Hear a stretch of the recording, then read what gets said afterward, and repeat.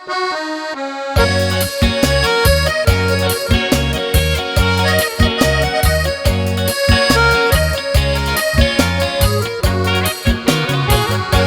ฆหมอกมืดมัวทั่วแนวหน้า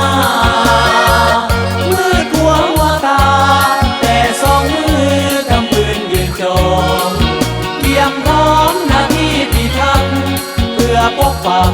ภาษาพี่น้องเพื่อคนลาวทั้งพ้องเป็นเจ้าของดินแดนอาณาแนวนาดงนากะเว้าฮ้องเป็นเสียงนั้นนองแผ่ดังก้องทั่วท้องนาภาฝูงนกสักคูนาจะเว้าสัตว์ตู้เขายังมีเห็นค่าสร้างกรรมทำโทษภาษา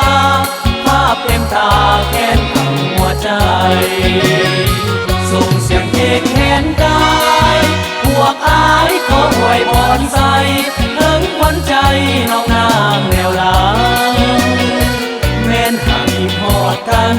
หน้าที่นั้นแนบใจฝากฟังไกลกายแต่ใจเคียงกันพออุดมการอันเดียวกันราตรีแนวหน้า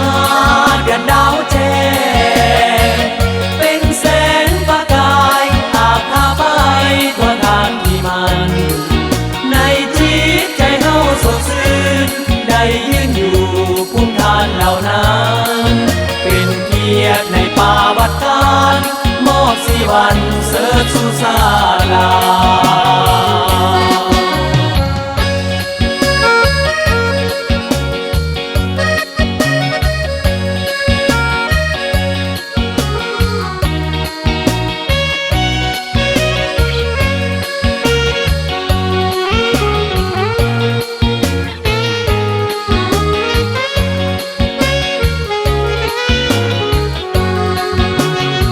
ส่งเสียงเพลงแขนกายพวกอายขออวยพรใส่ถึงขวัญใจ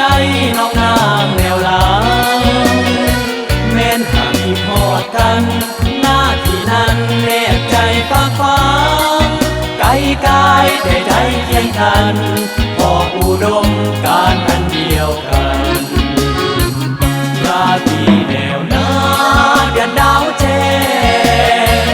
เป็นแสงประกายอาบพาไปทั่วทางที่มันในจิตใจเฮาสดชื่นได้ยืนอยู่ภูมิฐานเหล่านั้นเป็นเกียรติในป่าวัดการมอบสีวันเสิร์ชสู่ศาส